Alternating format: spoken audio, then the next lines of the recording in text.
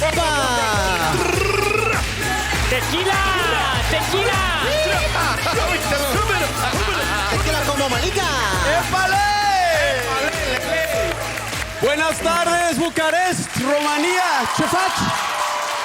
Vine. I'm so happy to be here. I am so happy to be here for the third time in Romania.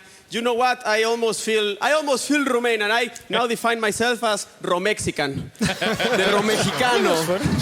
No, I love it. Our countries are so similar.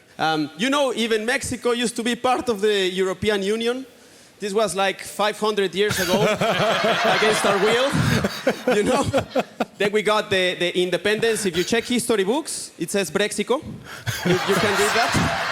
But I have to say that I have failed as a Latino because I almost got robbed in Barcelona in my backpack, you know.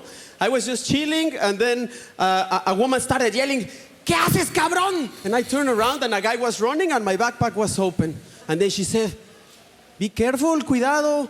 Do you know how bad it looks for Latino community to almost be robbed in a first world country? You know, if I tell that to my family, they're like, you're no longer an Ayala Redondo. Por pendejo. Por idiota.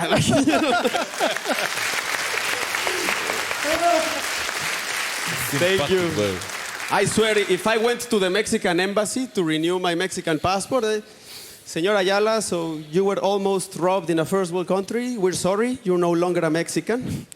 You know, although I have to say that there is no reason for me to renew my Mexican passport because that shit is useless. The only thing that happens when I cross a border with my Mexican passport is I get asked more questions and I get a free prostate exam, you know?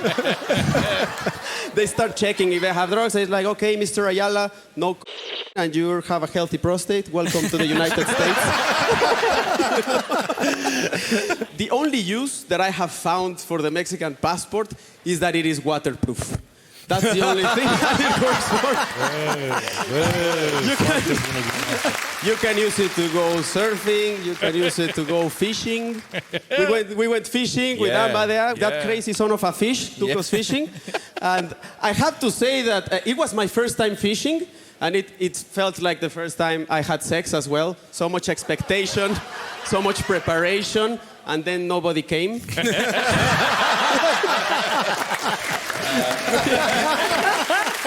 Nobody came, nada. All that nada, all the baits that we threw, all that nada, and we caught nada. And then I was very hungry, you know. I asked the production, like, hey, are we gonna get some food or anything? It's like, no, cabrón, you didn't catch anything, no dinner. Just like Mexico, just like Mexico. As I said, a lot of similarities. I've also heard from people that Romania is a very superstitious country, just like my country, like Mexico, you know. There are a lot of people that, you know, if you tell them about the pandemic and COVID, they're like, no, that is lies, that does not exist.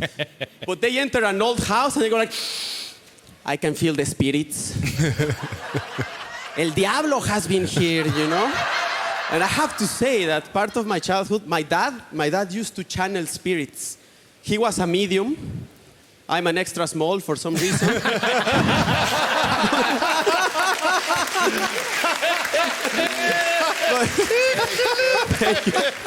He was a medium, and I don't know, like he could have a normal childhood, but one day he told me, like, mijo, when I was 12, my neighbor Roberto, he invited me to channel spirits, and I learned, like, you could be riding a bicycle or reading a book or playing sports. No, channeling spirits. Do you know how traumatic that is for any kid growing up? Like, I was 8 years old, and accidentally I was watching The Exorcist. And I was like, Papa, is that real? Any father would say, no, mijito, no, that is special effects. My dad was like, yes, cabrón. That shit happens. I remember I had to exorcise a Cuban woman once. Imagine me in bed, man, like, what the do I do now? But that caused, you know, a lot of trust issues growing up, you know. As Mexicans, we don't trust anyone, you know. I guess you carry your bag everywhere. You're checking your wallet everywhere you go. You got the Latino spider sense, you know. But something that I saw in Barcelona is like everyone wants to be a yoga teacher, no? Everyone just has a man bun and looks like Jesus and they think they're a yoga teacher. I don't trust them. But then I went to this thing called shamanic yoga, you know? And I remember going there, okay, let's see the shamanic yoga. I'm from Mexico. I know what a shaman looks like. And the first thing the guy did, I remember, was like, let's sit in a circle and we're gonna look at each other in the eyes to build trust and connection with Mother Earth. I was like, what the f am I doing here, man? I'm watching strangers in the eyes. And if I learned something from growing up in Mexico is that if you look at someone in the eyes for more than 8 seconds, you either wanna kill them or have sex with them. Yeah. Oh my God. Don't look away, Dan, don't look away. Don't look up. You sexy fish. Romania! Thank you very much. Wait.